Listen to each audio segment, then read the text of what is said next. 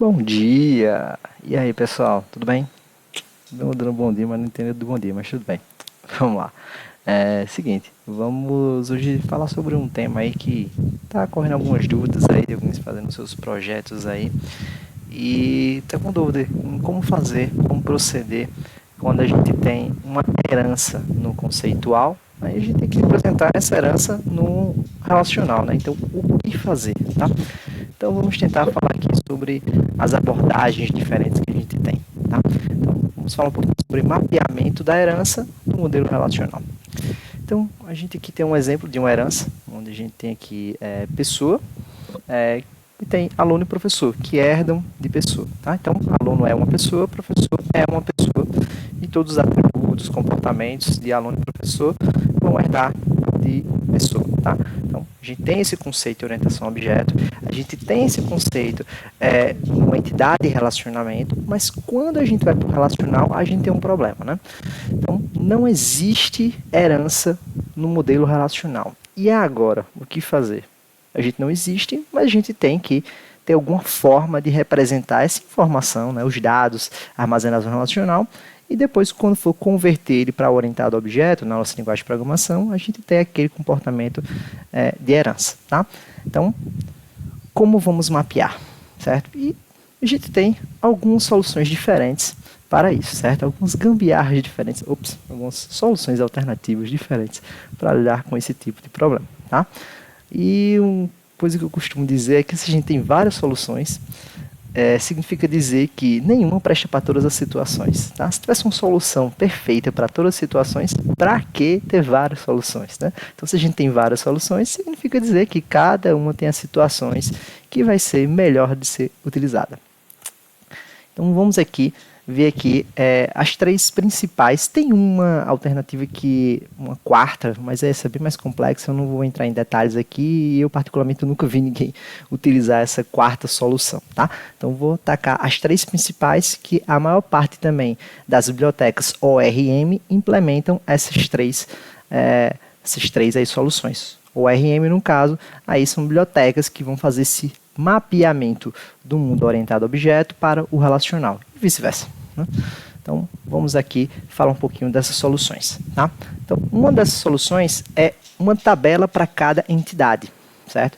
Só um comentário sobre essa nomenclatura adotada. Existem algumas nomenclaturas diferentes que podem ser adotadas nesses três tipos de soluções. No geral, essas três soluções...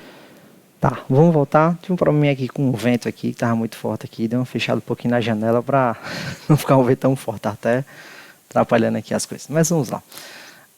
Então, a nomenclatura que eu adotei para a gente utilizar aqui nessas estratégias de mapeamento do mundo orientado a objeto, entidade de relacionamento para o relacional, foram as adotadas por Martin Fowler, certo? Num catálogo que ele tem desses padrões arquiteturais, certo? Então, tá nesse link aqui, coloquei o link, e os nomes que ele adota é esses que estão aqui embaixo, esse Class Table Inheritance, esse Single Table Inheritance e esse Concrete Table Inheritance, certo?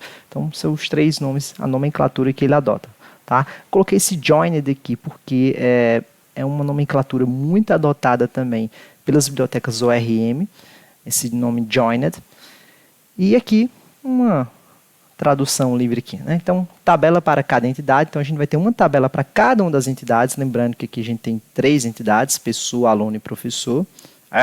Pessoa, aluno e professor.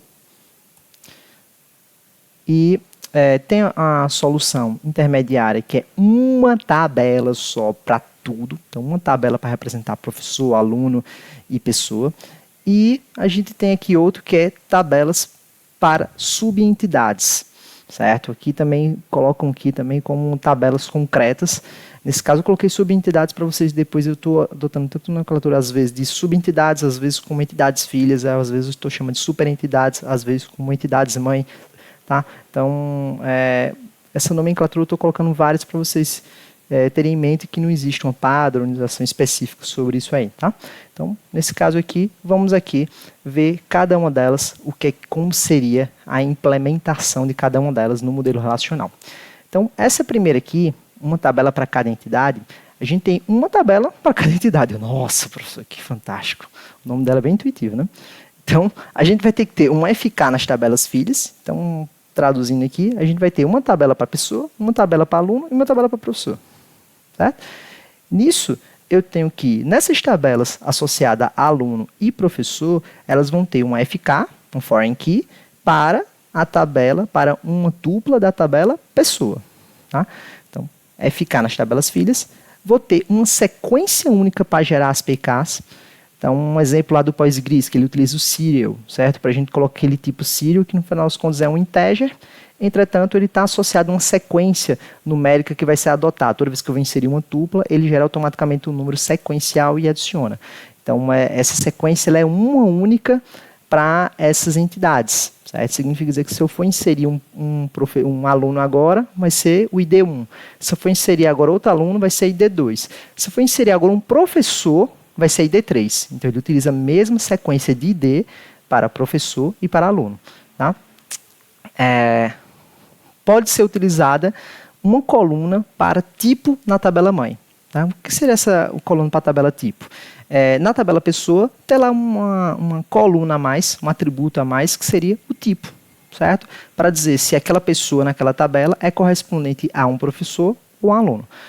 Não é tão comum não utilizar essa coluna de tipo não, mas é uma opção aí, certo? A gente utiliza aí. Ela, em outras estratégias, ela é obrigatória. Nesse caso específico, ela é opcional. Vou agora para a outra, que no caso é obrigatória essa estratégia, tá? Que é a do meio, que é uma única tabela. Quando a gente tem uma única tabela para representar toda essa herança, significa dizer que as pessoas, alunos e professores vão todos ser armazenados em uma única tabela. Só vai ter uma tabela representando esses três. Tá? Geralmente, o nome dessa tabela é o nome da superentidade, no caso aí, pessoa. Então, o nome dessa tabela vai ser pessoa. E a gente vai ter uma coluna a mais, que essa coluna a mais vai ser aí para identificar o tipo. Tá? Então, se ela vai ser, aquela pessoa vai ser um professor ou vai ser um aluno. Daqui a pouco a gente vai falar dos problemas associados a cada uma delas, tá? E as vantagens também. Então, os atributos de outro tipo ficam com valores nulos. Então, se eu tenho atributos específicos de aluno, se eu estou inserindo um professor, os valores para aquelas colunas de aluno vão ficar nulos. Tá? A gente já vai mostrar um exemplo aqui também. E tem aqui a terceira estratégia, que é tabelas para cada uma das subentidades. Então, a gente vai ter duas tabelas. Uma tabela para professor, uma tabela para aluno. Nesse caso, uma tabela para cada tabela filha, que está mais errado aqui, deve ter uma tabela para cada entidade filha, né? E uma sequência única também. Então, a gente vai adotar uma sequência única para fazer aquela mesma história, né? Inserir um aluno, 1, 2, seria um professor, 3 agora, tá? Então, isso aí é importante para depois, quando a gente tiver que pegar todas as pessoas, a gente vai fazer uma união dos resultados de aluno e professor para ter uma lista de todas as pessoas. E utilizar aquele identificador único, ele não se repetir. Tá?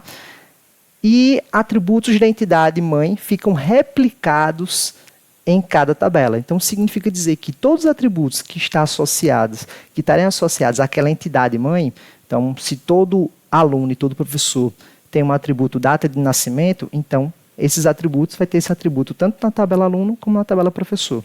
Nessa estratégia de uma única tabela, a gente tem uma tabela só que vai ter esse campo data de nascimento. E na primeira estratégia, de uma tabela para cada entidade, data de nascimento só vai existir na tabela pessoa, não vai existir na tabela aluno e professor, porque é um campo comum. Ela faz parte da superentidade, da entidade mãe. Tá? Então, vamos aqui ver um pouquinho na prática, aí, o relacional, mostrando aqui o desenho aqui, certo? Então, a gente tem aqui na estratégia de single table, até coloquei uma sequência diferente aqui.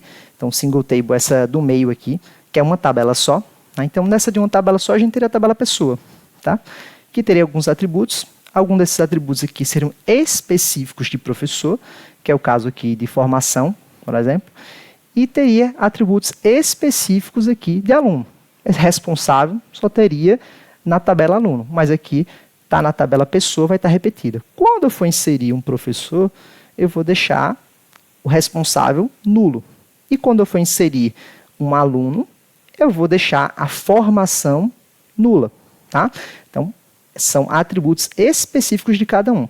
E foi adicionado um atributozinho a mais aqui, ó, que é tipo pessoa, que é para dizer se aquela tupla ela é do tipo aluno ou do tipo professor, tá? Então, essa aí é uma estratégia bastante comum e bastante utilizada aí. Principais vantagens aí dessa solução. Simples de implementar, pô, é uma tabela só. Você colocou uma tabela só, pega os atributos tudinho, junta lá e bota um tipo lá para discriminar. Acabou-se. Então, bom desempenho em consultas relacionadas à entidade mãe. Então, sempre quando eu precisa lá pegar todas as pessoas, ela tem um excelente desempenho. Tá? O desempenho também é associado só quando eu quero alunos, só quando quero professor. Tem algumas estratégias aí para a gente criar índices que vai facilitar, mas tirando essa parte de índice, a tendência é que, como eu vou ter todos os alunos, todos os professores de uma tabela só, essa tabela vai ser bem maior, tá? Então tem problemas aí de desempenho quando começa a crescer bastante, mas aí a gente já fala um pouquinho dessas desvantagens. Fácil para novas entidades filhas. Se eu quero adicionar uma nova entidade filha, o que eu preciso fazer é o quê? Adicionar agora o tipo tem um valor a mais, então geralmente esse tipo, ele até, demonstrando aqui, ó, coloquei como char. Geralmente a gente adota duas estratégias para esse tipo. A gente às vezes coloca como inteiro, tá? Pode estar tipo 1, tipo 2, tipo 3, que não é tão comum, ou então tipo char, certo? Que o tipo char só uma letra, por exemplo, para identificar aquele tipo. Poderia ser, por exemplo, P, quando fosse professor, e A, quando fosse aluno. No caso, a gente teria que ter uma letra a mais para identificar aquele novo tipo. Se a gente fosse adicionar um subtipo a mais, técnico-administrativo, por exemplo. Então, teria que ter lá um T. E também, a gente teria que todos os atributos relacionados a técnico-administrativo teriam que ser adicionados nessa tabela pessoa. Tá? Teria que fazer essas modificações aí. Facilidade para polimorfismo. Então, a ideia de polimorfismo, eu conseguir acessar aquele determinado objeto, tanto por meio de uma referência de aluno, como por meio de referência de pessoa. Então, isso aí ela vai facilitar bastante, já que eu vou pegar aqueles dados, eu tanto posso acessar ele como pessoa e como aluno, de uma maneira muito simplificada, já que está tudo em uma tupla só. Todos os dados estão em uma tupla só. Tá? Eu não tenho nem que fazer uma junção, acessar várias tabelas para pegar esse conjunto de dados. Também tem a facilidade para consultas. Como eu coloquei agora, tudo vai estar numa tupla só. Então, se eu quero pegar os alunos, tudo numa tabela só, na verdade, né? Mas se eu quiser todos os atributos de um aluno, também está tudo em uma tupla. Facilita bastante. Quero saber todas as informações de um professor, tudo em uma tupla. Enquanto que nas outras estratégias, né, se eu quiser as informações aí, por exemplo, de um aluno, numa das estratégias, eu tenho que acessar, além das informações do aluno, acessar as informações da pessoa. A gente já fala sobre isso. Desvantagens. Autoacoplamento. Cara, o acoplamento aí que a gente tem entre pessoa, aluno e professor é altíssimo, certo? O que vai diferenciar um aluno e um professor é uma coluna, um atributo lá que vai ter colocado. Isso não está normalizado, certo? Quando a gente diz que não está normalizado, vamos dizer assim, que ele não está favorecendo a retirada de redundâncias, tanto em termos de valores, como em termos de atributos repetidos e outros tipos de normalizações, como a dependência funcional, que mais à frente eu vou falar para vocês um pouquinho sobre normalização. Muitos atributos com valores nulos. Aqui nesse exemplo, eu coloquei logo para vocês que se eu for inserir um aluno, formação vai ser nulo. Se eu for inserir uma pessoa, um aluno, no caso, formação vai ser nulo. Se eu for inserir um professor, responsável vai ser nulo. Então, olha só que eu vou ter vários campos com valores nulos por conta do tipo que eu inseri. Tá? Então, um dos problemas que a gente tem aí, isso acaba tendo um desperdício de espaço aí, porque a gente aloca espaço para armazenar valores que sempre vai ser nulos. Quando tem interseção, é complexo de indicar o tipo, certo? O que significa dizer isso? Se eu tenho uma determinada pessoa que ela pode ser tanto aluno como professor, aí a gente tem um problema, tá? Então a gente tem um problema aí que a gente vai ter que inserir duas tuplas, certo? Ou então, outra estratégia seria, então vamos fazer o seguinte, então a gente no lugar de colocar que o tipo, né, vai ser professor P, ou vai ser aluno A, a gente cria um novo, certo? Um Z da vida, que o Z, aquela pessoa é ao mesmo tempo professor e aluno. Aí, lógico que também nessa situação a gente não vai ter valores nulos que vai preencher todas as informações, tá? Então a gente pode fazer uma coisa nesse sentido, uma gambiarrazinha, mas vai funcionar ali. Mas a gente não é muito interessante fazer essa estratégia aí, tá? Mas para essa single table, é o que geralmente se faz. Tabela cresce muito com vários tipos.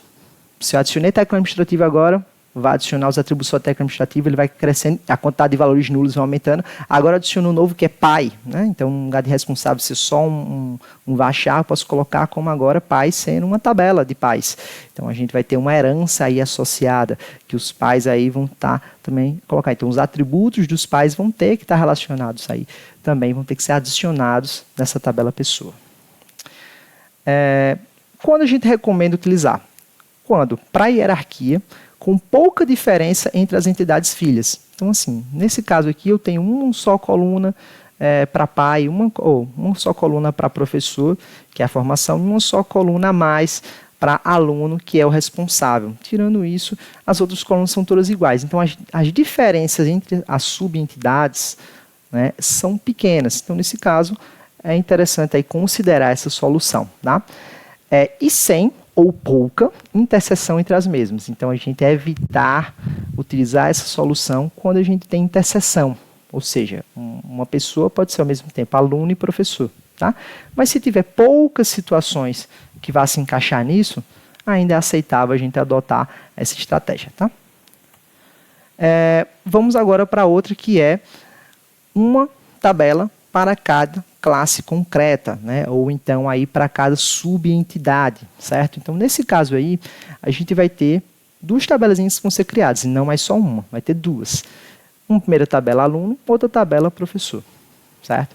Então, na tabela aluno vai ter somente os atributos de aluno e de pessoa. E na tabela professor vai ter os atributos de professor e pessoa, tá? A gente já percebe de cara que existe uma repetição dos atributos que era associada à pessoa. Então, vai estar tanto em aluno como em professor. É o caso de nome, matrícula, nascimento, o próprio ID também, né? Então, está sendo repetido. Tá? Então, tem essa redundância de atributos, mas aí essa estratégia também tem suas vantagens e o momento que são recomendados. Tá? Então, comum utilizar aqui uma mesma sequência. Então, aquela questão lá que eu falei para vocês anteriormente, que tem uma sequência para o identificador que vai ser a mesma utilizada. Então, adicionei um aluno, 1. Adicionei agora um professor, 2. Adicionei agora outro aluno, 3. Adicionei agora outro aluno, 4. Adicionei agora outro professor, 5. Certo? Então, mesma sequência para a geração dos IDs, de maneira automática, aí, é comum ser utilizado. Vamos lá para as vantagens. Opa, coloquei aqui como vantagem, mas isso aqui é uma desvantagem, tá? Desculpa aí. Errei no lado. Então, não normalizado. Ele é não normalizado, tá? Então não segue aquelas boas práticas de um bom design relacional. A inserção dela é rápida, tem uma rápida inserção. A consulta por entidade filha, rápida também. Então, se eu quero consultar duplas de aluno ou de professor, é muito rápido o resultado, eu consigo obter facilmente, fácil de fazer essa pesquisa, e é menos complexa, eu só acesso uma tabela, aquela tabela tem tudo que eu preciso. Né? Professor, mas no anterior também era uma tabela só. Sim, é uma das vantagens do anterior também era isso, sendo que o do anterior ainda tinha que fazer aquele filtro, dizendo que eu só quero, no caso ali, os alunos, não quero os professores, tenho que filtrar por tipo ali também, mas também era mais fácil fazer esse tipo de consulta, essas duas aí simplifica essa situação. Tá? Tem redundância de atributos, que é o que eu falei, os atributos de pessoa estão repetidos, né, nas duas. Ficou um par aí perdido aí. Se tiver um relacionamento para da superentidade, dificulta a verificação de uma FK. Tá? O que significa dizer isso?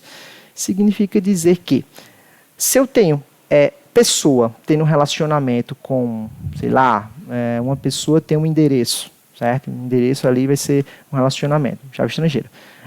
Nessa situação, eu tenho que ter o relacionamento de endereço tanto com aluno como com professor. Tá? Olha só, com aluno e professor. Nesse caso aí, a gente já começa a complicar um pouquinho a situação, né? Porque, olha só, se endereço vai ter a chave estrangeira, aquela chave estrangeira, eu tenho que dizer a quem ela está referenciando aquela chave estrangeira. Aí eu vou dizer que ele está referenciando a pessoa? Não, não existe tabela pessoa. Então está referenciando aluno? Nem sempre. Está referenciando a professor? Nem sempre. Então ela pode estar tanto referenciando uma tabela como outra tabela. Então, a gente pode criar 2 tabelas de endereço, então, uma para aluno e outra para professor. Então, percebam como aí já começa a complicar quando a gente tem relacionamentos que seriam dessa superentidade, tá? Então, logicamente, quando a gente tem esse tipo de situação aqui na superentidade, a gente tem vários relacionamentos complexos aí associados, então é bom evitar também esse tipo de solução, tá? E consultas que envolvem superentidades são mais complexas. Tá? Então, assim, tudo que eu quiser fazer consulta relacionada à pessoa vai ser mais complicado de ser feito. Por quê? Não existe a tabela pessoa, existe a tabela aluno e a tabela professor. Então, tudo que eu quiser de pessoa, eu tenho que fazer uma união dos resultados para depois fazer os meus filtros, os meus relacionamentos, as consultas necessárias. Tá? Recomendado para quando a hierarquia com raras interseções, ou seja, ou a pessoa é um aluno ou um professor. Né? Raramente vai ter uma situação que uma pessoa pode ser ao mesmo tempo aluno e professor. Raramente vai acontecer isso, certo? Então, é os casos onde a gente se indica esse aí. Até porque vai evitar uma coisa muito crítica, que é a redundância de dados. Se permitir que uma pessoa seja ao mesmo tempo aluno e professor, eu tenho que ter tanto inserido na tabela aluno como na tabela professor. O nome da pessoa vai ficar em 2 lugares diferentes. A matrícula em 2 lugares diferentes. O nascimento em 2 lugares diferentes. Aí olha como começa a complicar. A matrícula de um aluno é uma coisa, a matrícula de professor é outra coisa, é outro número. Então, esses números são diferentes, mas o nome é igual, a data de nascimento é igual.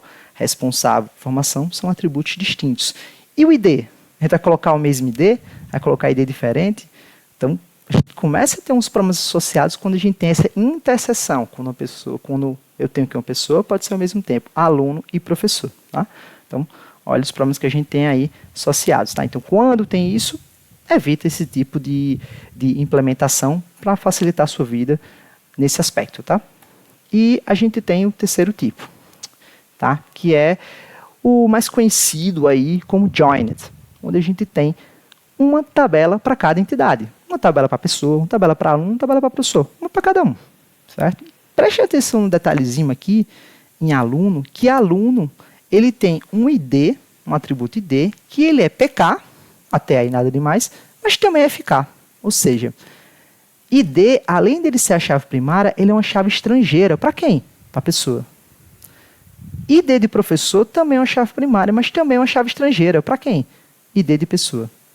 Então, nessa solução aqui, que é a solução em termos de design a mais bonita, mais assim, segue boas práticas aí de modelagem de dados, certo? Então, nesse caso aí, a gente tem pessoa tem seus atributos, a gente tem esse tipo pessoa que é algo opcional, que é essa coluna para ser um discriminador, que é opcional. Geralmente eu não uso essa coluna a mais para quando vou colocar na superentidade. E acabou-se. Basicamente isso. Se eu quero inserir um aluno, eu tenho que colocar os dados em pessoa, certo? Os dados em pessoa daquele aluno, e os dados de aluno vai ficar só na tabela aluno. Específico de aluno vai ficar na tabela aluno. Então, olha só, para cada tupla inserida dentro de aluno, eu tenho que ter associado uma tupla na tabela pessoa, certo? Da mesma forma, para cada tupla na tabela professor, eu tenho que ter uma associada na tabela pessoa, certo? Então, vantagens. Normalizado, então, em termos de boas práticas de modelagem de dados, eles seguem todos os padrões que as formas normais colocam, certo? Isso é uma coisa muito boa em termos aí de design aí, certo?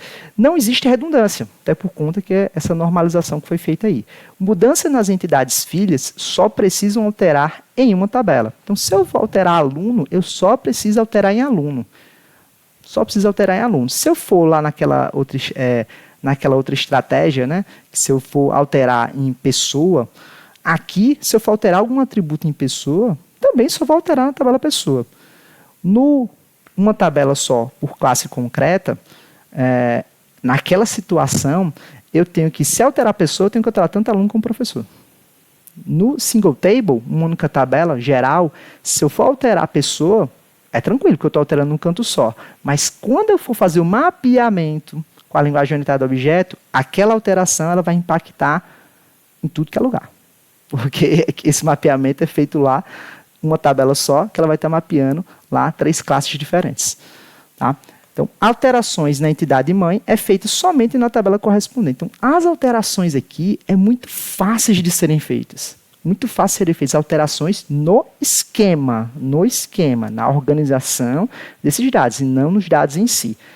Então, aí vamos para as desvantagens. As vantagens vão ser focadas principalmente quando a gente vai mexer com os dados. Mexeu com dado, alterou dados, inseriu dados, vai consultar, tudo é mais complexo. Tá? Então, é a mais lenta de todas para inserção, para atualização e para a gente fazer aí também consultas. Tá? Então, vai ser a mais lenta de todas para a gente trabalhar com essas operações. Então, qualquer consulta envolvendo uma entidade filha tem que acessar 2 tabelas. Se eu for querer acessar um aluno, eu tenho que acessar a aluno e a tabela pessoa. Se eu for querer consultar um professor, tenho que acessar a tabela professor e a tabela pessoa. Necessidade de múltiplos inserts para adicionar um novo objeto. Se eu for adicionar um novo aluno, eu tenho que adicionar um insert em 2 tabelas. Tanto um insert na tabela aluno, como um insert na tabela pessoa. Inserir o novo professor, 2 inserts. Um insert na tabela professor e um insert na tabela pessoa. Tá? Então, tudo vou ter que fazer dobrado aqui, nesse caso aqui. Certo? Então, é a mais lenta de todas. E quais situações que a gente deve utilizar essa solução? É recomendado para quando a hierarquia é com mudanças frequentes. Se a gente tem mudanças frequentes na hierarquia, né, mudanças frequentes nesse esquema relacionado a essa herança, nesse caso é interessante a gente colocar, porque eu coloquei que ele facilita alterações no esquema, mas dificulta, é mais lento o acesso, modificação aos dados. Se você tem uma perspectiva de poder alterar aquilo frequentemente, é a melhor solução para vocês. Em termos de desempenho de acesso e modificação dos dados, é a pior solução das 3. Então, olha só que cada uma das soluções tem suas vantagens e desvantagens. Grande interseção, ainda tem outras recomendações, né?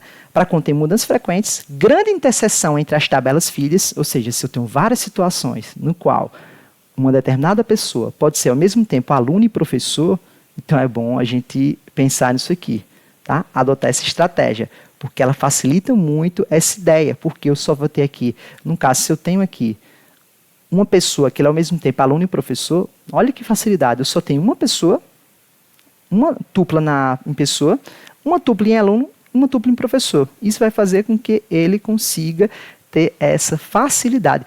Melhor ainda, vamos supor que você agora entrou em 2 cursos dentro do IFPB. Então, você tem 2 matrículas diferentes. Então, você vai ser aluno em 2 situações diferentes. Então, você vai ter uma tabela só pessoa para você e vai ter 2 tuplas em aluno. 2 tuplas em aluno. Nesse caso, a gente teria um problema aí de chave primária, né, já que D é FK e PK ao mesmo tempo, mas aí a gente teria que, para esse tipo de situação, modificar a PK de aluno, né, para permitir com que eu possa ter vários alunos associados à mesma pessoa. Mas também é um problema fácil de ser solucionado. Então, esse joined, ele facilita muito essas modificações aí relacionadas ao esquema e também para quando a gente tem grande interseção, aí uma grande interseção entre quando uma pessoa pode ser ao mesmo tempo, aluno e professor. Tá? E possibilidade de existência de um objeto da entidade mãe. Olha só. Até agora a gente falou sempre que estou inserindo aluno e inserindo professor. Tá? Aqui eu vou estar inserindo aluno, inserindo professor. Mas se eu quiser ter só uma pessoa cadastrada no meu sistema, que não é nem aluno nem professor, nessa estratégia aqui não dá. Então, olha só, que nessa estratégia não dá.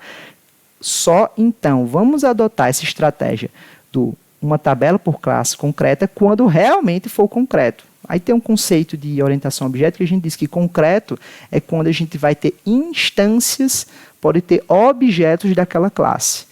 Quando for abstrato, então nesse caso ele vai ser só para um nível de abstração a mais colocado, mas a gente não vai ter objetos daquele tipo. Certo? Então, nesse caso, pessoa, se eu não vou ter objetos do tipo pessoa, diretamente. Então, nesse caso, pessoa vai ser uma classe abstrata e não concreta.